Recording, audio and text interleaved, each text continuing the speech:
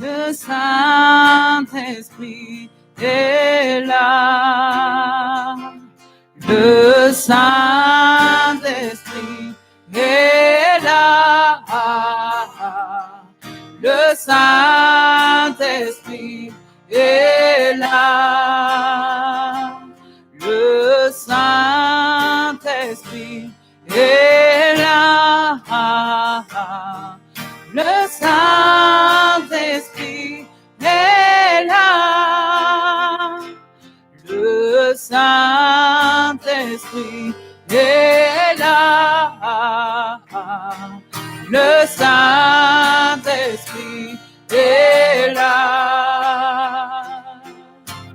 Quand il descend, oui, tout s'arrête. Il y a transfert entre ciel et terre. Quand il descend, l'atmosphère change. Il y a transfert entre ciel. Quand il descend, oui, tout s'arrête. Il y a transfert entre ciel et terre. Quand il descend, l'atmosphère change. Il y a transfert entre ciel et terre. Quand il descend, l'atmosphère change. Il y a transfert entre ciel et terre. Le Saint-Esprit est là. Est là. Le Saint-Esprit est là. Il est là pour réparer. Il est là pour guérir. Il est là pour renouveler le cœur brisé. Oh, le Saint-Esprit est là. Le Saint-Esprit est là. Le Saint-Esprit est là. Le Saint-Esprit est là. Le Saint-Esprit. Et voilà ce qui arrive.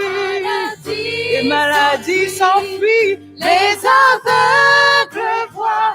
Les paralytiques sautent de joie. Sautent de joie. Les stériles enfants. Hey. Les sourds entendent par sa puissance. Par sa puissance, les maladies s'enfuient, les aveugles voient, les paralytiques sautent de joie, les stériles enfants, les sourds entendent par sa puissance. Par sa puissance. On va prendre Jean, chapitre 4.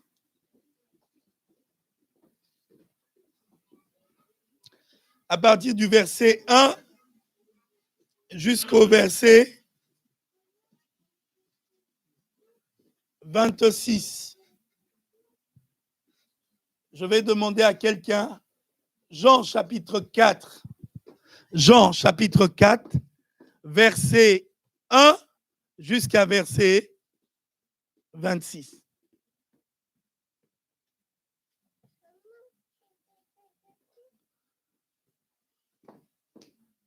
C'est bon? Éphésiens, chapitre 1, verset 11. Et Colossiens, chapitre 1, verset 27. Amen.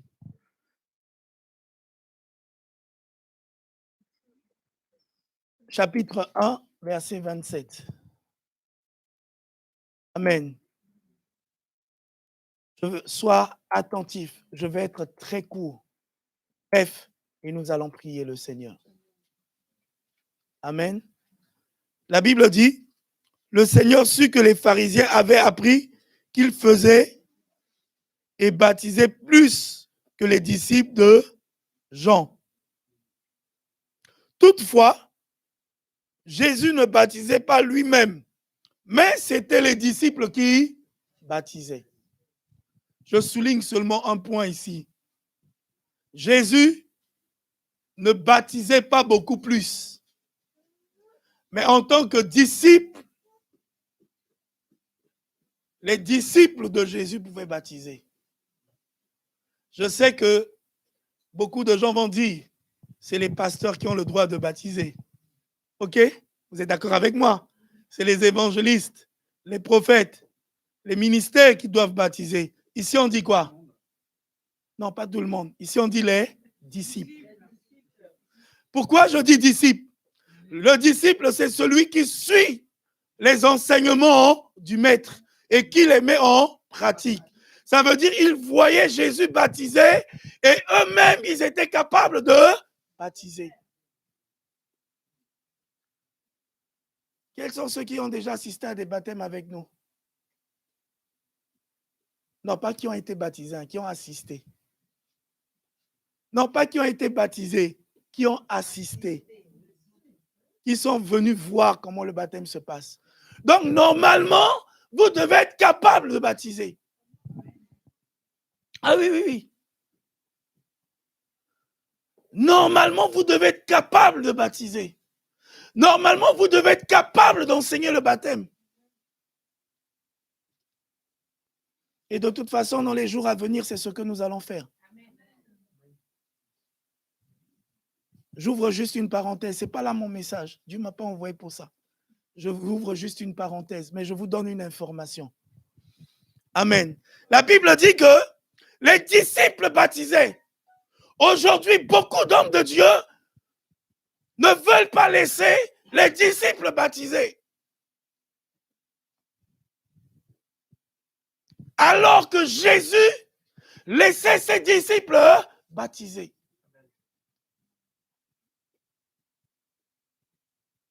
Je prie le Seigneur que dans les jours à venir, qu'on commence la formation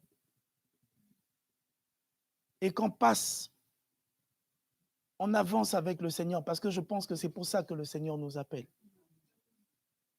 Les disciples baptisaient, pas Jésus lui-même. Et on dit, les gens avaient appris que Jésus faisait beaucoup plus que Jean-Baptiste. Parce que lui-même, Jean-Baptiste, il a envoyé des gens demander à Jésus, hey, c'est toi le Christ qui doit venir. Jésus a dit, allez lui dire, les aveugles voient, les sourds entendent, les paralytiques marchent. La carte de visite de Jésus était les miracles. Amen. La carte de visite d'un homme de Dieu, d'un homme loin de Dieu, c'est les miracles. Paul dit, ce n'est pas par les paroles, les discours persuasifs, mais c'est par la démonstration et la puissance du Saint-Esprit.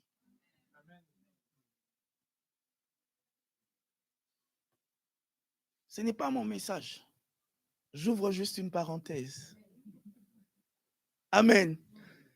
Et la Bible dit, comme il faisait, qu'il passait dans Samarie, il arriva dans la ville de Samarie, nommée Sychar, près du champ de Jacob, qui avait donné à Joseph son fils. Là se trouvait un puits de Jacob. Jacob a donné un puits à son fils Joseph. C'est en lisant ça ce matin que Dieu m'ouvre les yeux et que je veux te dire quelque chose de précieux. Joseph est le seul qui a eu un rêve.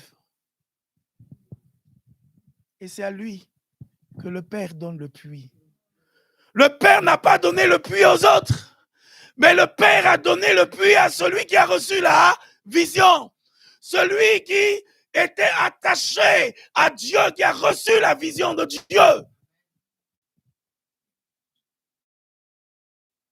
La Bible, la révélation est claire. Beaucoup de gens deviennent chrétiens, mais ne cherchent pas les visions, ne cherchent pas les révélations de Dieu. Dans le livre de Agé, il est dit, je montais à mon poste pour voir. Ça veut dire que lui, il avait décidé de monter pour voir ce que Dieu allait lui dire. Dieu a des informations à donner. Dieu a des visions à donner. Dieu a des rêves à donner. Mais Dieu cherche un homme qui monte pour voir. Combien ce sont ceux qui montent pour voir? La Bible dit qu'au commencement, Dieu visitait Adam et Ève tous les soirs. Le jour où j'ai compris ça, j'ai dit, ah bon, ça veut dire que Dieu aime causer. Hein? Tous les soirs, il venait les voir pour parler avec eux. Est-ce que Dieu te parle tous les soirs? Amen. Est-ce que Dieu te parle tous les soirs? La seule fois où Dieu est venu et que Dieu ne leur a pas pu leur parler, c'est parce qu'ils n'étaient pas à leur poste. Au fait, j'ai une habitude de me dire, quand Dieu ne me parle plus pendant un certain moment, je m'arrête et je me dis, qu'est-ce qui ne va pas dans ma vie? Parce que je reçois les rêves, c'est normal. Que je reçois les visions, c'est normal. Que je reçois les paroles de connaissance, c'est normal. Que je reçois les miracles, c'est normal. Mais si je ne les reçois pas, qu'est-ce qui se passe?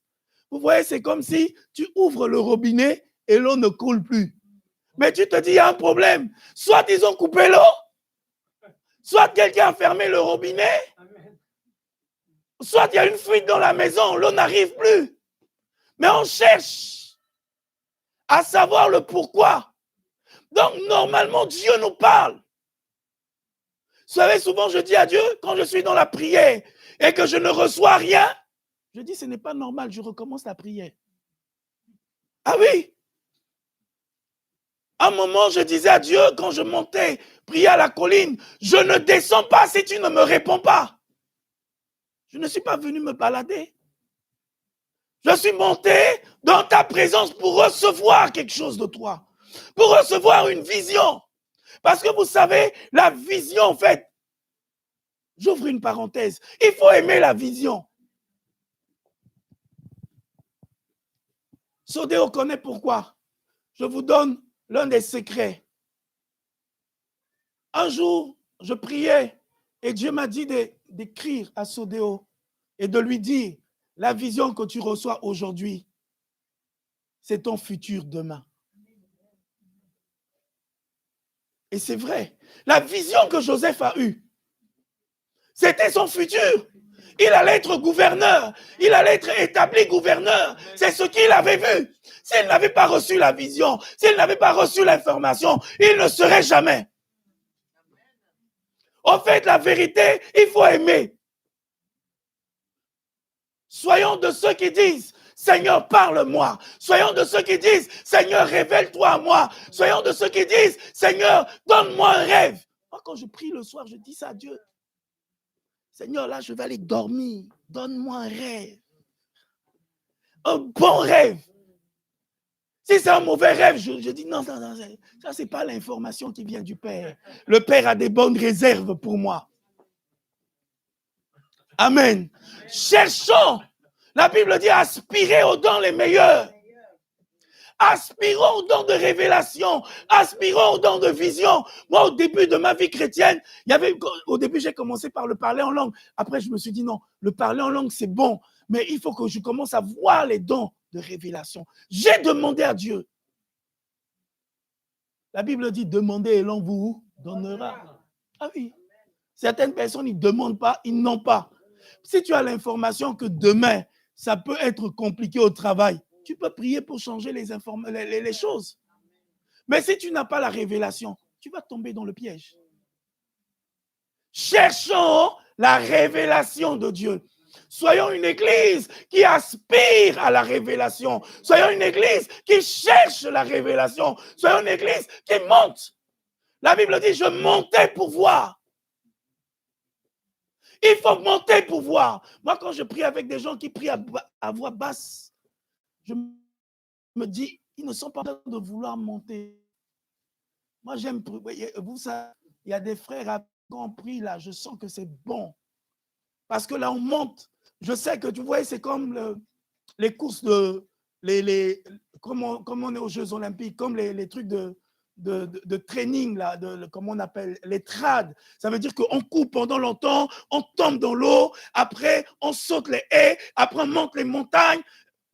Moi, quand je prie, je fais tout ça. Ah oui, oui, oui, je cours pendant longtemps, je tombe dans la présence de Dieu, je m'allonge devant Dieu, je cherche Dieu, je crie à Dieu, je le cherche. Parce que je sais que s'il me donne la révélation, toute ma vie peut changer. Amen. Joseph était fils d'un berger. Au fait, pour ceux qui viennent de l'Afrique, Joseph était fils d'un peul. Vous voyez un peu l'image. Au fait, les peuls, c'est pas comme comment dire, l'élevage aujourd'hui où c'est industriel, tout est beau. Avant là, ils marchaient derrière les bœufs avec les bâtons. Les bœufs faisaient caca, ils dormaient dans les cacas, ils sentaient les trucs des bœufs, les pousses de vache. C'était ça au fait. Ça veut dire que quand ton papa est berger là, il n'y a pas de choix que tu deviennes autre chose que berger. Mais Dieu a changé la situation de Joseph parce qu'il a eu la révélation. Il n'est pas devenu berger, même s'il est passé par l'esclavage, mais il est devenu gouverneur.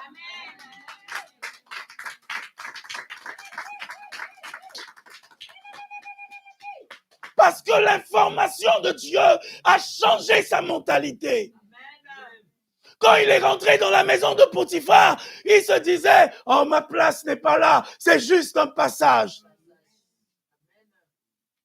L'information que moi j'ai eue, c'était pas de venir être le boy de la maison. En fait, et j'ai compris pourquoi il était boy dans la maison. Vous savez, pour apprendre vite fait la culture.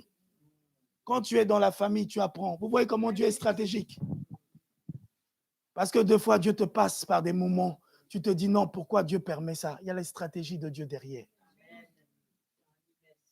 Amen. Il était dans une famille d'accueil. Il était en train d'apprendre les codes et pas chez n'importe qui, chez quelqu'un qui était élevé déjà. Parce que lui-même, son rang allait être élevé. Je veux juste te dire en ce matin, cherche les révélations de Dieu.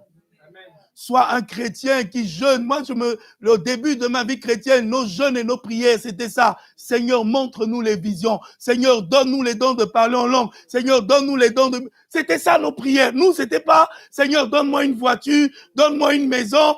Non, c'était pas ça. C'était, Seigneur, le don de révélation. Seigneur, le don de vision. Seigneur, le don de prophétie. Je veux ces choses. Le don de miracle.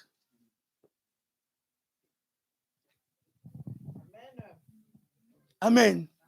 Parce que, vous voyez, on a donné le puits seulement à Jacob. Jacob a donné que à Joseph. Donc, si quelqu'un veut avoir un puits,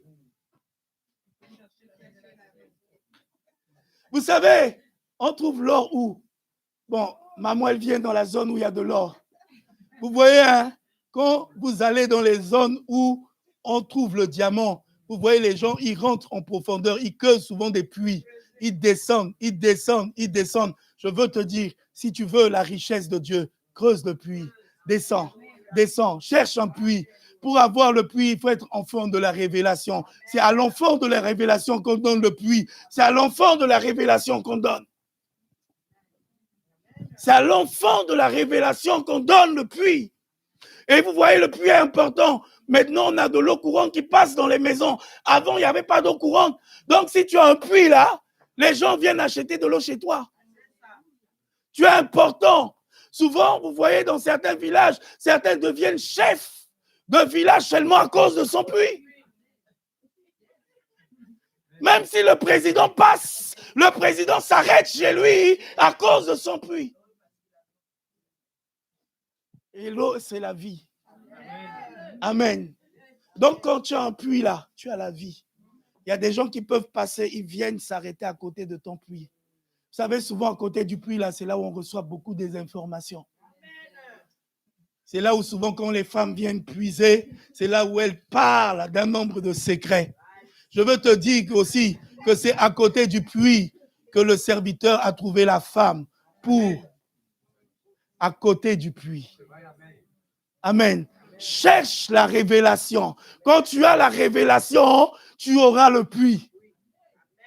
Quand tu auras la révélation, tu auras le puits. Dans ces temps de vacances où les gens vont en vacances, ne te mets pas en vacances. Sois sage. Amen. C'est dans son repos que Joseph a eu le rêve. Dans ton repos, cherche la révélation.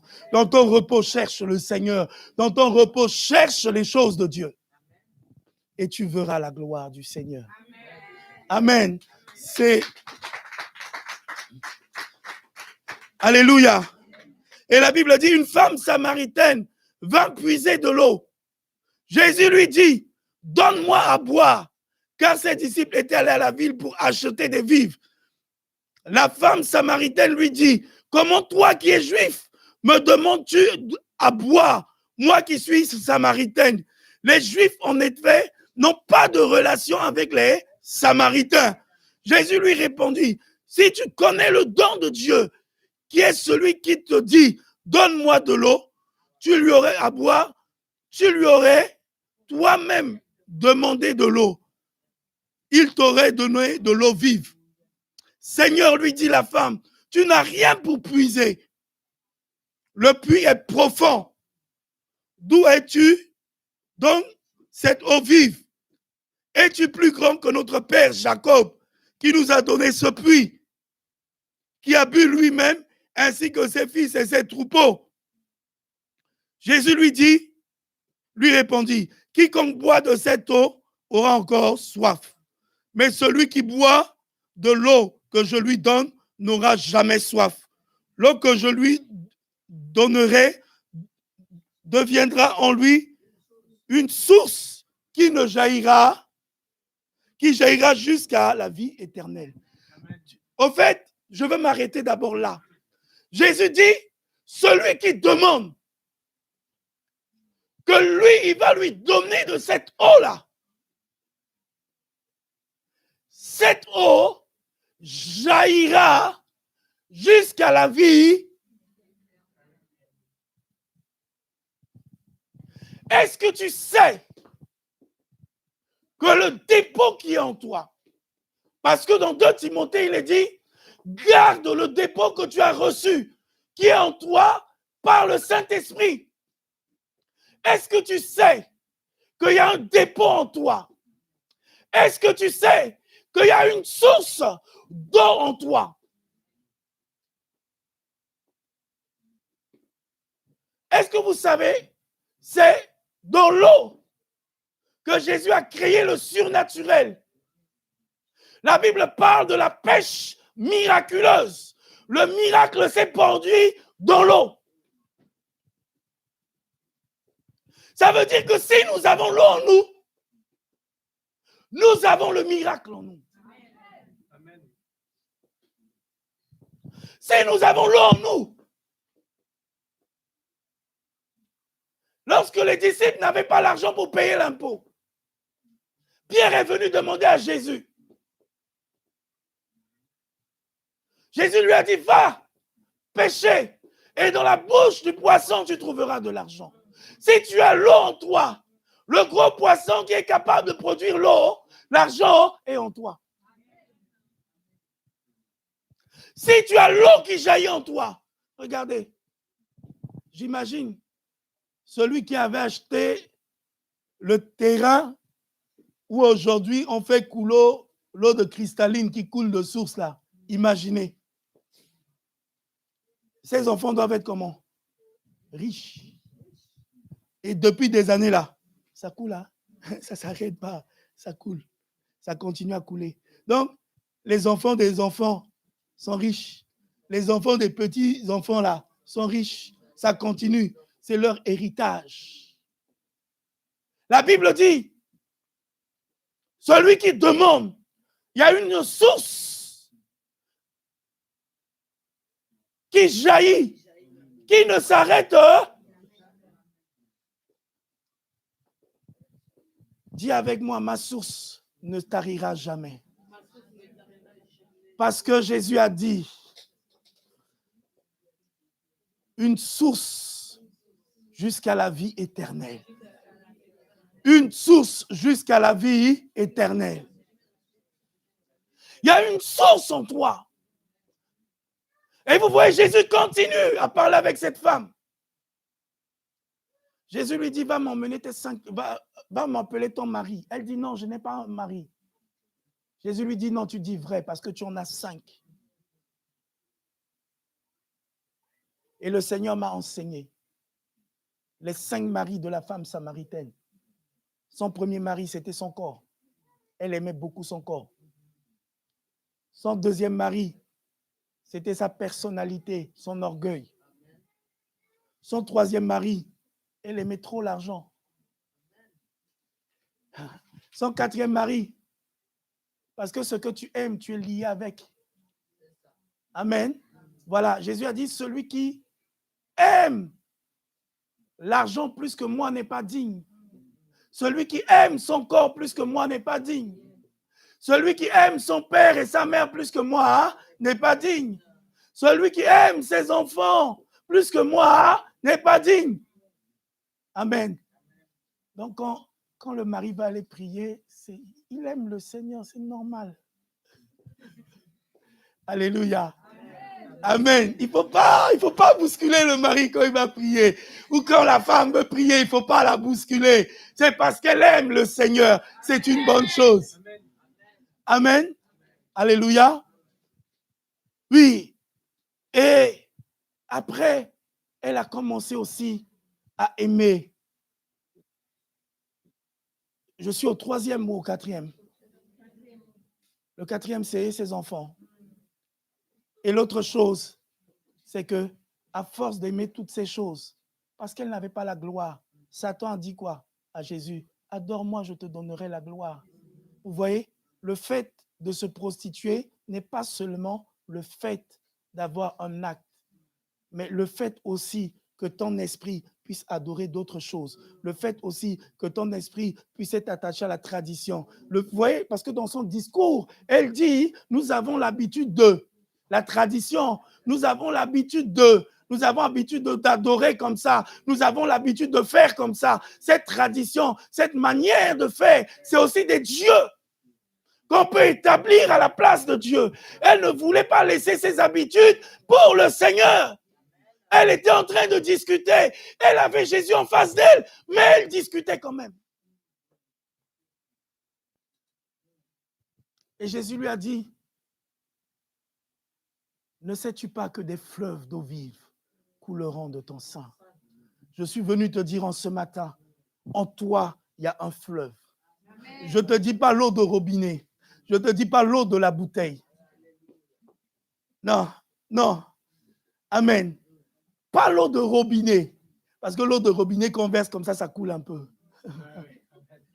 Amen. Je suis venu te dire en ce matin de la part de Dieu. Le Dieu qui t'a créé a mis en toi un fleuve. Pas seulement un fleuve, mais il a dit des fleuves d'eau vive couleront. Si nous sommes des vrais adorateurs, que nous adorons en esprit et en vérité, des fleuves d'eau vive couleront. On a besoin des fleuves pour faire venir les bateaux. Vous savez que l'Égypte est riche à cause du canal de Suez. Chaque personne qui passe là-bas paye une taxe. Et puis les grandes puissances sont obligées de collaborer avec eux parce qu'ils refusent là. Ils ferment leur canal. Tu vas passer par où? Amen. Alléluia. Donc ça veut dire que quand tu as un fleuve, imagine-toi simplement là, hein, le quartier de... Là où ils ont mis la place pour les enfants, pour jouer, ou en plage là, c'est à toi. Tu as acheté cette partie-là, le fleuve est jusqu'à l'autre côté. Donc, si les bateaux viennent, ils peuvent venir, hein, mais si tu as mis un pont, ils doivent payer pour passer de l'autre côté. Et s'ils ne payent pas, tu n'enlèves pas ton pont. Ils vont faire comment? Ils vont attendre.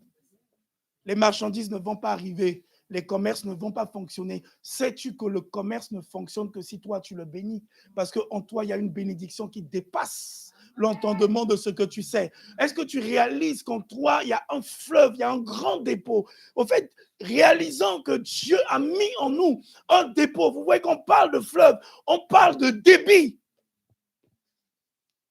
En toi, il y a une forte puissance. En toi, il y a un fort débit. En toi, il y a une forte bénédiction. En toi, il y a une forte richesse. Aujourd'hui, on est en train de parler des eaux de thermales ou quoi pour aller soigner les gens. Les gens, ils vont même aller se mettre à côté de l'eau simplement pour que l'eau frappe leur dos, qu'ils soient guéris. Ça veut dire que la source même de la guérison est en toi. La Bible parle des fleuves d'eau vive. Et je suis venu te dire en ce matin, Dieu a mis en toi des dépôts. Cette femme était ignorante de ce qu'elle avait. Lorsqu'elle a fini de parler avec Jésus, elle a compris le dépôt qui était en elle. Elle qui venait très tôt le matin, parce qu'elle avait honte qu'on la voie, elle est partie prêcher à toute sa ville. Amen. C'est la seule dans l'évangile qui a gagné toute sa ville.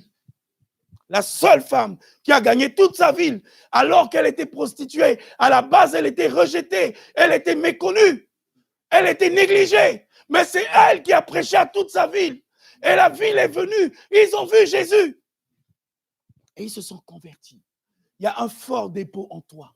Ne te vois pas comme tu te vois, mais vois-toi comme le Seigneur te voit. La manière à laquelle le Seigneur te voit n'est pas à la manière à laquelle tu te vois. Cette femme se voyait sans mari, mais Jésus lui a dit, il y a des fleuves en toi. En réalité, tu es capable de produire. Tu n'as pas besoin de la satisfaction des hommes. Tu n'as pas besoin d'acheter les autres. Tu n'as pas besoin.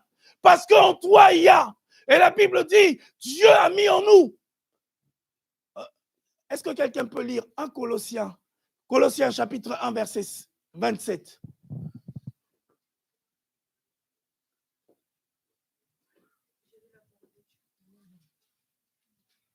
À qui Dieu a voulu faire connaître quelle est la glorieuse richesse de ses mystères parmi les païens. Ok. La glorieuse richesse. Amen. Vous voyez comment l'apôtre Paul introduit ça. Il dit, il a révélé la glorieuse richesse.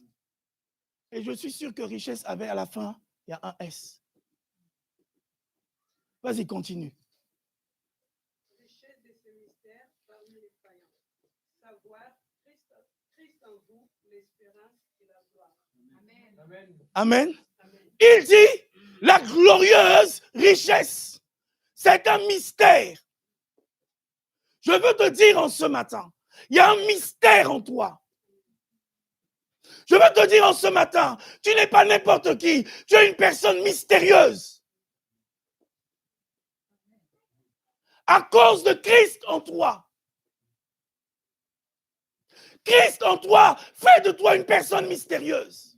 Christ en toi fait de toi une personne qui reçoit les informations du ciel. Christ en toi fait de toi une personne qui est enrichie. Christ en toi fait de toi une personne glorieuse. Christ en toi fait de toi une personne qui est assise dans les lieux élevés.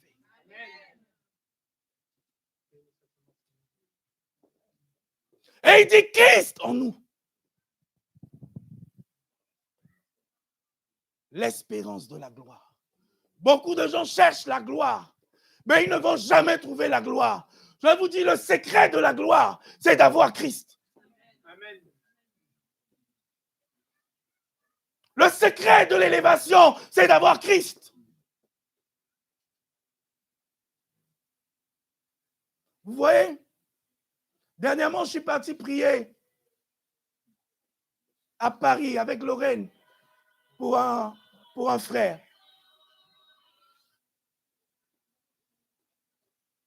Sa maman, c'est ma tantine, c'est ma mère. Mais elle m'a voué du respect, pas à cause de moi, mais à cause de Christ dans ma vie. Il y a d'autres amis avec qui on a grandi ensemble, dont les parents sont des hauts fonctionnaires. Mais leur donne pas ce respect-là autant. Moi, je ne suis rien, je ne suis qu'un simple serviteur. Mais quand elle parle avec moi avec considération. Et je vais vous dire un truc. Quand on est parti la voir, Dieu a fait par exprès. Il y a une tantine à moi qui était là. Et qui, au début de ma foi et des situations que j'ai traversées, était méprisante à mon égard. Et Dieu a fait qu'elle soit là. Lorraine ne savait pas ça, je lui en ai pas parlé. J'en ai parlé à personne parce que ça, c'était mon secret avec Dieu. Dieu a fait en sorte qu'elle soit là et qu'elle soit confondue. Frère, si Dieu est avec toi, ceux qui te méprisent t'élèveront.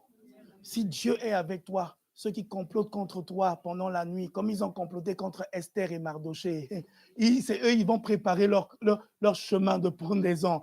Eux-mêmes, ils seront ceux qui vont te prendre pour t'emmener à l'élévation. Amen. Alléluia. Je vous dis ces choses. Attachez-vous au Seigneur. Il n'y a pas de plus grande chose à vous attacher au Seigneur. Ma tantine, elle est millionnaire. Elle a un grand truc au pays. Tous les hauts cadres, les ambassadeurs de France, tous les hauts cadres, l'ambassadeur même de la RCA, tout ce monde passe par elle. Elle a les passes de rentrer dans tous ces lieux. Mais elle me respecte. Qui suis-je? Rien. Rien. Sauf que j'ai compris Christ dans ma vie. J'ai compris ça. Christ dans ma vie. J'ai dit à Dieu, tu es tout pour moi. Qu'importe que je n'ai pas la richesse, gloire te soit rendue. Mais je sais une chose, c'est toi qui m'enrichis.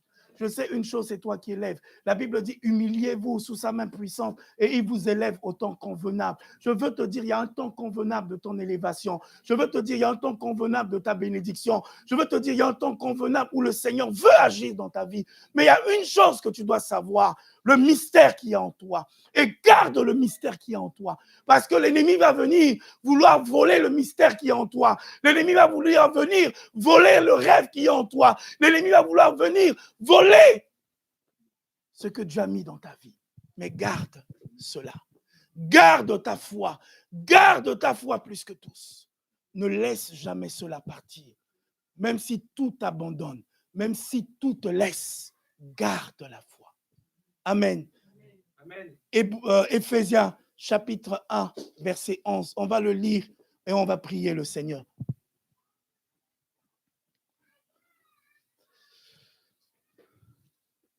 Est-ce que quelqu'un l'a trouvé? À lui, nous sommes aussi devenus héritiers, ayant été prédestinés, suivant la résolution de celui qui opère toutes choses d'après les conseils de sa volonté. Amen. Amen. La Bible dit quoi? Nous avons été prédestinés.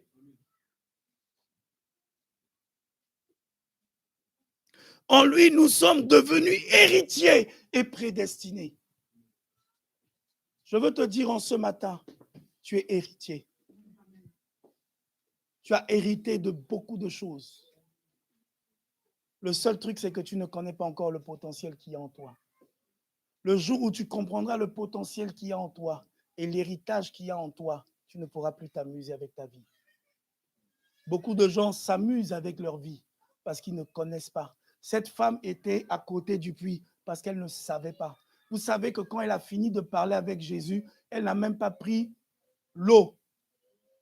Elle est partie sans prendre l'eau parce qu'elle a compris qu'elle avait un fleuve en elle. Lorsque tu comprends, tu as la révélation des mystères que Dieu a mis en toi. Ta manière de te voir change. Ta manière de penser de toi change. La manière même que les gens t'ont vu, tu ne te vois plus comme ça. Parce que souvent, nous sommes influencés par la manière à laquelle les gens nous voient. Mais lorsque Jésus lui a révélé qu'elle avait en elle un héritage, nous sommes devenus héritiers. Ne te regarde pas comme un simple passager. ne te regarde pas comme une simple personne. J'imagine un peu. Vous êtes sûr, si tu es la fille d'un roi et que quelqu'un vient te marier, que tu as un héritage, regardez un peu comment ça s'est passé pour que Philippe se marie avec la reine Élisabeth. Ça n'a pas été facile, hein? Élisabeth n'était pas une femme facile. Et jusqu'aujourd'hui, elle n'est pas une femme facile. Parce qu'elle sait qu'elle est héritière. Elle sait qu'elle est reine. Amen. Quand tu sais qui tu es, tu n'es pas facile. Quand tu sais qui tu es, tu ne te laisses pas faire. Quand tu sais qui tu es, tu sais l'héritage que tu as, tu sais les dons que tu as, tu sais l'armée qui est avec toi, tu sais la puissance qui est avec toi. Non. Esther savait. Et face à la situation, elle a dit, jeûnons et prions. Cette situation ne peut pas nous dépasser. Face aux obstacles, comment tu réagis? Tu te laisses dépasser ou tu te positionnes en reine? Tu te laisses dépasser ou tu te positionnes en roi? Parce que le roi, c'est celui qui s'arrête et qui donne des ordres. La Bible dit, si tu dis à cette montagne, ôte-toi de là et jette-toi dans la mer. Et si tu ne doutes pas, et si tu le dis avec foi, tu verras cela s'accomplir. Parce qu'il a dit, tout pouvoir m'a été donné dans le ciel et sur la terre. Et ce tout pouvoir, je vous le donne. Donc, ça veut dire que toi et moi, nous avons un héritage. Nous avons hérité le pouvoir de Jésus. Bon, qu'est-ce qu'on fait avec le pouvoir? On parlera de ça après. OK? Amen. Non, je suis venu te dire, il y a un dépôt en toi. Il y a la guérison en toi. Il y a le miracle en toi. Il y a la richesse en toi. Il y a l'Esprit de Dieu en toi. Il y a la puissante main de Dieu en toi.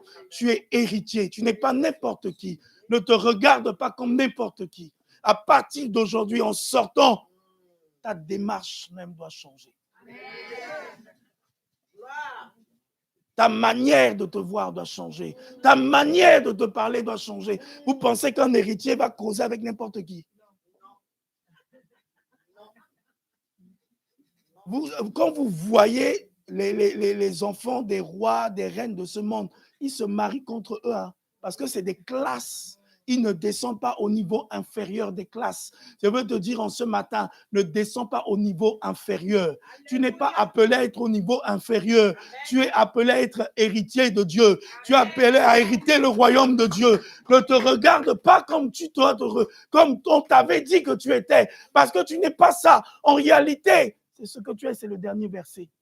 Nous sommes héritiers. Il y a le royaume qui est préparé pour toi. Il y a la nouvelle Jérusalem qui est préparée pour toi. Ceux qui ont lu avec nous Apocalypse, vous avez vu comment on parle de la nouvelle Jérusalem. Les rues sont en or. Ce n'est pas goudron, c'est de l'or. Donc, ça veut dire, si je prends mon téléphone et que j'appelle le ciel et je dis au ciel, Père, j'ai besoin de l'or. Il n'y a pas de problème, il va couper sur mon partie de la route, il va m'envoyer. Ah oui!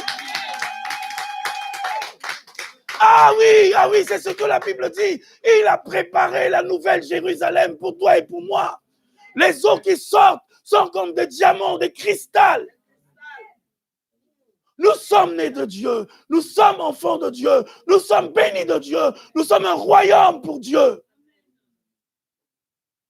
La Bible dit dans la nouvelle Jérusalem, il y a l'arbre là où on va seulement couper les feuilles, ça apporte la guérison.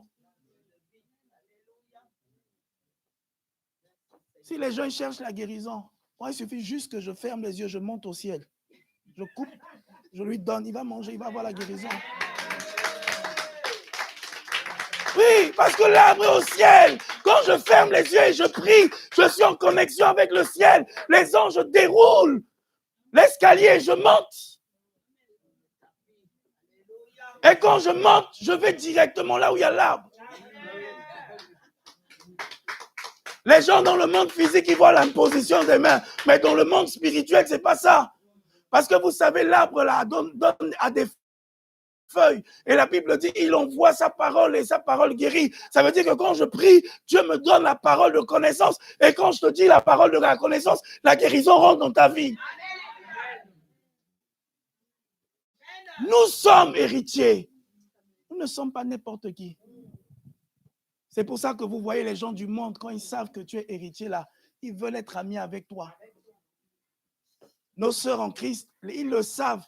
Donc, comme ils voient votre étoile là, il fait le malin, il vient dire non, tu es très belle, oh, je veux te marier. Parce qu'il a vu ton étoile. En réalité, même, certains, c'est même pas toi, mais c'est ton étoile. Et beaucoup de gens se font voler leur étoile comme ça. Beaucoup de gens se font voler leur bénédiction comme ça, à cause des pratiques occultes. Nous devons être vigilants, afin de ne pas nous mêler avec n'importe qui. L'homme de Dieu Bertrand nous disait, fais attention à qui tu fais alliance, que ce ne soit pas quelqu'un de déguisé. Arrivé là-bas, il te montre un autre visage. Moi, depuis ce jour-là, je fais attention. Quand quelqu'un vient me donner même quelque chose, je fais attention. Parce que je ne sais pas, est-ce que c'est bonne alliance ou c'est alliance déguisée? Ah, il ne faut pas qu'il vienne comme Esau venir voler ma bénédiction. Donc moi, je lui demande d'abord, l'affaire là, c'est comment? On doit d'abord savoir, parce que je sais qui je suis. Amen. Amen. Et je veux te dire en ce matin, tu es héritier de Dieu.